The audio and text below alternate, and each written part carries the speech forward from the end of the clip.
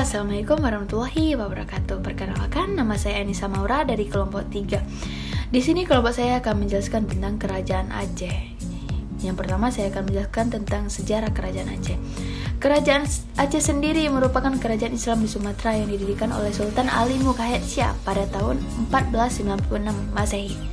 Meski begitu, Kesultanan Aceh baru menjadi penguasa setelah mengambil alih Samudra Pasai pada tahun 1524 Masehi dan runtuh pada awal abad ke-20.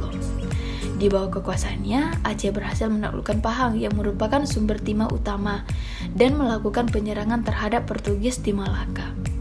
Selain itu, kerajaan Aceh tidak lepas dari letak kerajaannya yang strategis, yaitu di dekat jalur pelayaran dan perdagangan internasional.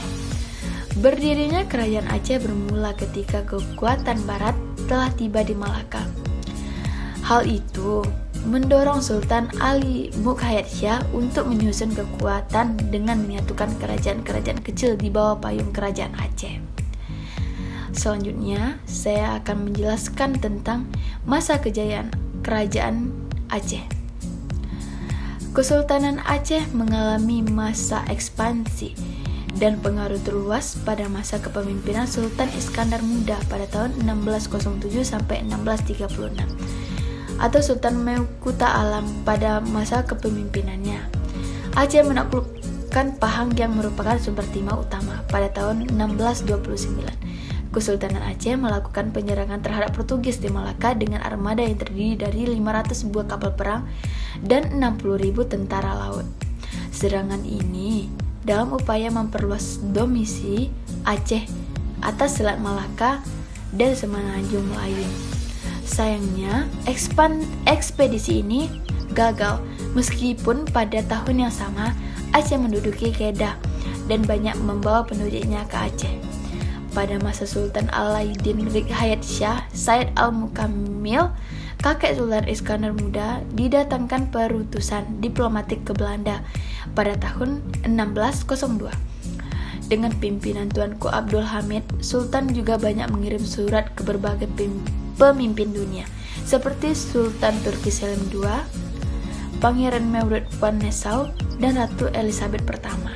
Semua ini dilakukan untuk memperkuat posisi kekuasaan Aceh. Selanjutnya saya akan menjelaskan tentang sultan-sultan kerajaan Aceh. Di sini saya akan membacakan beberapa nama sultan yang pernah menduduki tahta kerajaan Aceh. Yang pertama yaitu Sultan Ali Mukhayat Shah pada tahun 1496 sampai 1528 Masehi. Yang kedua yaitu Sultan Salahuddin pada tahun 1528 sampai 1537 Masehi. Yang ketiga yaitu Sultan Alauddin Mukhayat Shah Al-Kahar pada tahun 1537 sampai 1568 Masehi. Yang keempat yaitu Sultan Hussein Ali Mukhayat Shah pada tahun 1568 sampai 1575 Masehi. Dan yang kelima, Sultan Muda pada tahun 1575 Masehi. Dan sultan yang terakhir menduduki tahta kerajaan Aceh yaitu Sultan Muhammad Daud Shah pada tahun 1874 sampai 1903 Masehi. Baiklah, sekian penjelasan dari saya. Lebih dan kurang saya mohon maaf. Assalamualaikum warahmatullahi wabarakatuh. Kehidupan politik sebelum dan sesudah pemerintahan Sultan Iskandar Muda sangat berbeda. Pada periode awal, konsentrasi politik lebih tercurah untuk pembentukan kekuatan militer dalam upaya mempertahankan keberadaannya dari ancaman yang datang dari dalam maupun luar. 5. Kehidupan perekonomian Aceh memiliki komoditas yang diperdagangkan di antaranya sebagai berikut. 1. Minyak tanah dari Delhi. 2. Belerang dari Pulau Weh dan Gunung Seulawa. 3. Kapur dari Singkil. 4. Kapur Barus dan Menyan dari Barus. 5. Emas di pantai barat. 6. Sutra di Banda Aceh. Assalamualaikum warahmatullahi wabarakatuh. Saya akan menjelaskan tentang kebudayaan kerajaan Aceh. Yang pertama yaitu ada arsitektur. Tidak terlalu banyak peninggalan bangunan zaman kesultanan yang tersisa di Aceh. Contohnya yaitu Istana Dalam Darodonya yang telah terbakar pada masa Perang Aceh Belanda. Kini Bagian inti dari istana tersebut telah berubah menjadi pendopo Gubernur Aceh dan asrama keraton TNI AD. Selanjutnya yaitu ada Masjid Raya Baitur Rahman yang sekarang bukanlah arsitektur yang sebenarnya, dikarenakan telah terbakar pada masa Perang Aceh Belanda. Peninggalan arsitektur yang masih bisa kita lihat sampai sekarang yaitu ada Benteng Indrapatra, Masjid Tua Indrapuri, Pintu Hop, dan gunungan di pusat kota Banda Aceh. Selanjutnya yaitu ada kesusastraan. Sebagaimana daerah lain di Sumatera, beberapa cerita dan legenda yang ada di Aceh disusun dalam bentuk hikayat. Hikayat yang paling terkenal adalah Hikayat Malam Dagang yang berceritakan tentang tokoh heroik Malam Dagang yang berlatar penyerbuan Malaka oleh Angkatan Laut Aceh. Selain hikayat, terdapat pula penyair Aceh yang agung yaitu Hamzah Fansuri dengan salah satu karyanya yaitu Asyar Al-Arifin yang berarti rahasia orang yang bijaksana. Baiklah, selanjutnya yaitu masa keruntuhan Kerajaan Aceh. Kemunduran Kerajaan Aceh disebabkan oleh beberapa faktor.